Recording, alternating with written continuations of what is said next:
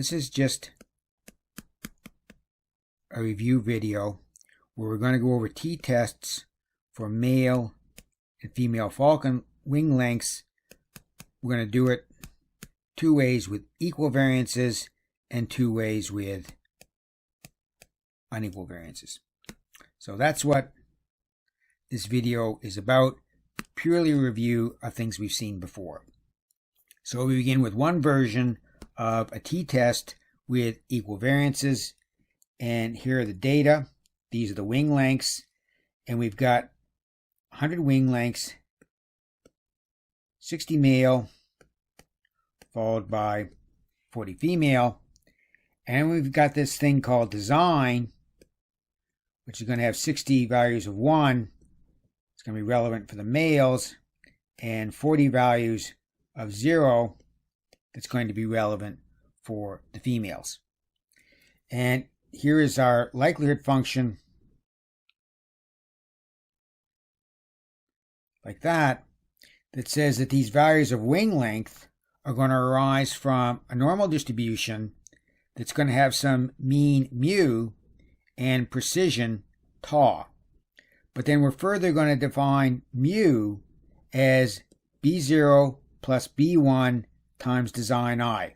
And that's really the tricky part, is that what we have to realize that in the mind of the computer, what we're going to have are these values of y that are the wing lengths.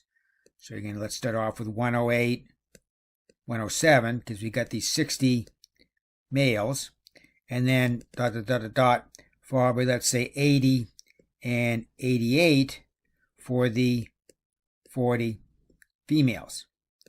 And then we've got this thing called design, that's going to be 60 values of 1 followed by 40 values of 0. And we've got this thing B0 plus B1 times design that exists in the mind of the computer. So we're going to have B0, and then when we multiply B1 times design, in the case of the males where design is equal to 1, that's going to give us B1. So we're going to have this for all the males. In contrast, when we come down to the females, we'll have our B0, but because the value of design for the females is 0, we're just going to have B0. And so what this is all about ultimately is to estimate these two parameters, B0 and B1, because we got those, when we can derive the wing lengths of the male and females. That's our likelihood function. Now what we got to do is the priors. And again, the way normal distributions are parameterized, the variability is captured by tau, which is 1 over the variance, or 1 over the standard deviation squared. So what we do is our prior is going to assume that sigma arises from a fairly flat uniform distribution, and then we're just going to use the algebra to calculate tau. That's what these two lines represent. Here we've got our priors for B0 and B1, and ultimately what we want are parameters representing the male and female wing lengths. So based on what we've seen here, B0 will be the females, and B0 plus B1 will be the males. Here's another version of the t-test with equal variances. We're going to start off with 100 values of wing length. And again, the first 60 will be male. The last 40 will be female. And then we're going to take sex, which initially was a character, male or female, and we're going to convert it into numbers, factors. Now, the way factorization works is it's alphabetical. So the 60 males are all going to be 2s. So the males are going to be 2, and the females are going to be 1, because female precedes male in the alphabet, and there we've got 2 different sexes and 100 different observations. So our values of wing length are going to arise from a normal distribution with some mean mu indexed by sex and some common value of tau because we've got equal variances.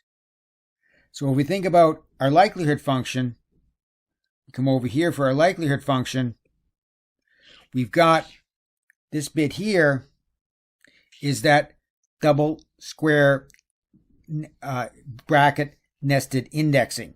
So again, just a reminder how that would work. Let's say what happens when y is equal to 1.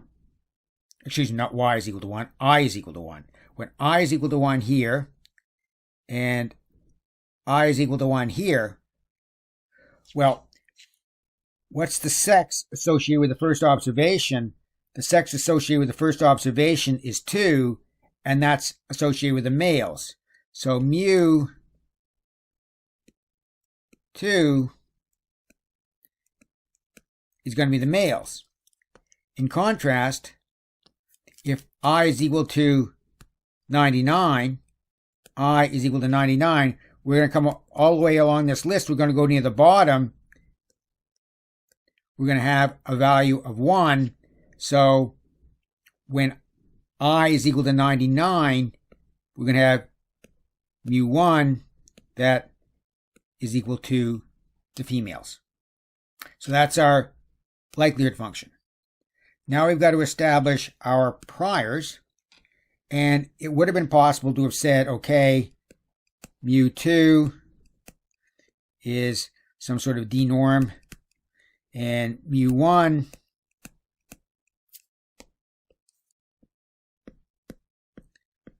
could have been a d-norm. But instead, rather decided to use a loop where we loop over the two sexes and say that mu1 is going to be this, and it loops and gets mu2 is going to be that. Then what we need to do is establish the priors for precision. And again, that's this two-step process. First specifying the prior for sigma as being rather diffuse, and then calculating precision from that. So, if we're interested in the difference between male and female wing lengths,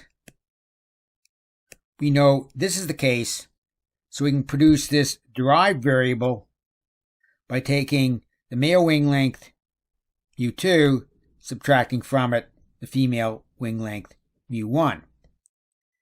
Now what I want to do is shift to unequal variances and our first version. And where we're going to do this is we can think of drawing a very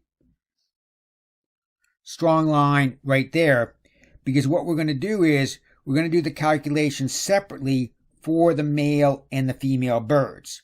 So in our data, we're going to have first 60 values for the male, we're going to call y1, and then 40 values for the female, and we're going to call that y2, and then we've got the number of male and females. So we're going to do it, the likelihood function, separately by sex. So we can start off here for the males, and we're going to say that the observed wing length for the males, y1, is going to be drawn from a normal distribution that is the mean associated with the males and the precision associated with the male. Because again, we want to have our precisions vary among the two different sexes. And then we do the similar sort of thing over here for the females. So for their likelihood function, for the females, we're going to have the female wing lengths are going to be drawn from a normal distribution, which is the mean of the female wing length. Again, different variances with the precision of the female wing lengths. And then after that, it's pretty straightforward. We just establish our priors. So we do it separately for the males and the females, shown here, and then similarly for the precision, separately for the males and the females, shown here as a two-part process. So if we think of mu1 as being our estimate of male wing length and mu2 as the estimate of female wing length, we can have this derived quantity that I call delta. So at the very end, We've done this. We've done this for the females. We've done this for the males. And at the very end, we have this derived quantity called delta, which is the difference between the two. And then finally, another way to do unequal variances. Another way to do unequal variances is we can think about a data frame where what we're going to have is 100 different values of wing length. And we're going to have sex, which is going to start off with 60 values of 1 associated with the male and 40 values of 2 associated with the female. And then we're going to have our design, which is going to be 60 values of 1 associated with the male and 40 values of 0 associated with the female.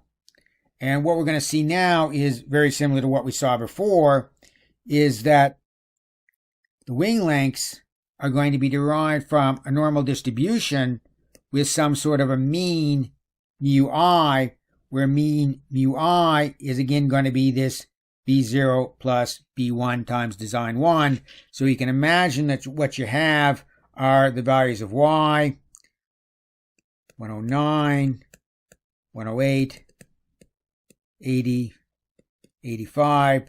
The values of design, they're going to be 1, 1, 0, 0. And then B0 plus B1 times design, which is going to be B0 plus B1, B0 plus B1, B0 plus B0, and then another B0 as we saw before. In terms of the precision, it's going to be indexed according to sex. So those would be our likelihood function, and now all we need to do is establish the priors. So the priors for B0 and B1, that's what we're really interested in, are going to be derived from this normal distribution. And in terms of the priors, well, we're going to assume that we're potentially going to have different levels of precision, unequal variances, different levels of precision for males and females. So what we're going to do is we're going to loop through these two sexes, and we're going to say that tau indexed by sex is going to have a value of 1 divided by sigma, also indexed by sex. And then, again, the way this works is this two-stage process of first getting sigma from a uniform distribution and then calculating the value of tau. As we saw before, the real process here is to get B0 and B1. Once we've got B0 and B1, we can obtain our derived quantities, the estimated values of male and female wing lengths. So that's just a quick summary of the 4 different ways of doing t-tests that we saw earlier.